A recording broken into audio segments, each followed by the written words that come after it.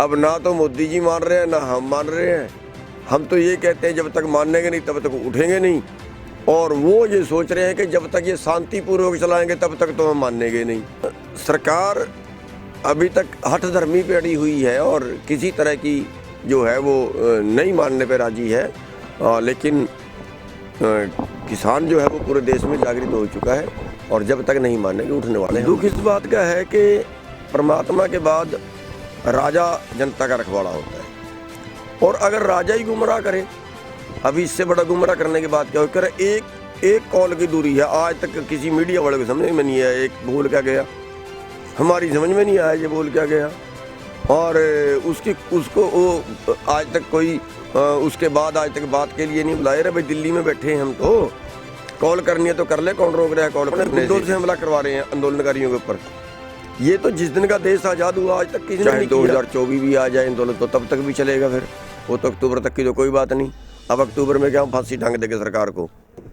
देखिए हमारी लगी शर्त मोदी से, तो कहावत है कि जाट की और बनिया की शर्त लगी थी, दोनों जंगल पानी गए थे कि पहले कौन उठेगा। ठीक है, तो वो जाट कहता मैं पहले नहीं उठता और बनिया कहता मैं पहले नहीं उठता, तो वो हो गया है। अब ना तो मोदी जी मान रहे हैं ना हम मान रहे हैं। हम तो ये कहते हैं जब तक मानेंगे नहीं तब तक उठेंगे नहीं, और वो ये सोच रहे हैं कि जब तक ये शांतिपूर्वक चलाएंगे तब तक तो हम मानेंगे नहीं। तो ये है, आज तक करीब 200 लाशें हमारे किसानों की जा चुकी हैं। आज भी एक किसान सवेरे सवेरे फिर डेथ होगी, कल एक किसान फांसी ले गया।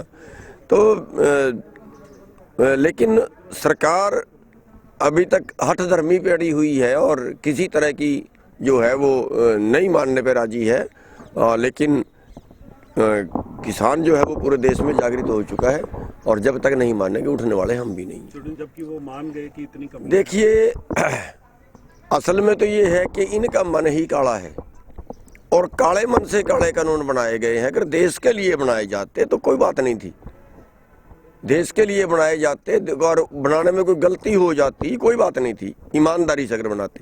लेकिन बनाए ही काले मन से गए हैं। प्राइवेट मंडियां खोलो, सरकारी मंडी बंद करो, FCI बंद करो और सारी खरीद प्राइवेट करो, WTO की शर्तें मानो, स्टॉक सीमा खोल दो। ये सब चीज़ें जो है ये देश को आर्थिक गुलाम बनाएंगी। दुख इस बात का है कि परमात्मा के बाद राजा जनता का रखवाला होता है, और अगर राजा ही गुमराह करे, अभी इससे बड़ा गुमराह करने की बात क्या हो करे। एक कॉल की दूरी है, आज तक किसी मीडिया वाले को समझ में नहीं आया एक बोल क्या गया, हमारी समझ में नहीं आया ये बोल क्या गया, और उसको वो आज तक कोई उसके बाद आज तक बात के लिए नहीं बुलाए रहे। भाई दिल्ली में बैठे हैं हम, तो कॉल करनी है तो कर ले, कौन रोक रहा है कॉल करने से। 11 बार बातचीत के लिए बुला लिए, टस से मस नहीं हुए। तो ये तो एक तरह से ऐसा हो गया। और उसके बाद एक और आपको बिल्कुल नई बात इस सरकार में ये आई कि अपने गुंडों से हमला करवा रहे हैं आंदोलनकारियों के ऊपर। ये तो जिस दिन का देश आज़ाद हुआ आज तक किसी ने नहीं किया, अपने गुंडों से हमला कर रही है। क्यों? अरे भाई उनके पास पुलिस है, हमला करवाना है, लठमर बने तो पुलिस है ना, गुंडे थोड़ी भर्ती करोगे उसके लिए। तो इस तरह से जो ये कर रहे हैं ये लोकतंत्र की भी एक तरह से हत्या कर रहे हैं, देश के लिए अच्छा नहीं।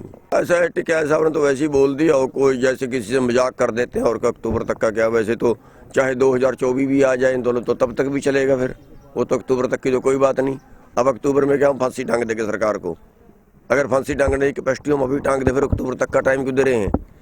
ये तो वैसे मजाकिया बातें होती हैं, लेकिन ये है कि हम इरादे से बैठे हैं, जब तक नहीं जीतेंगे जब तक नहीं जाएंगे।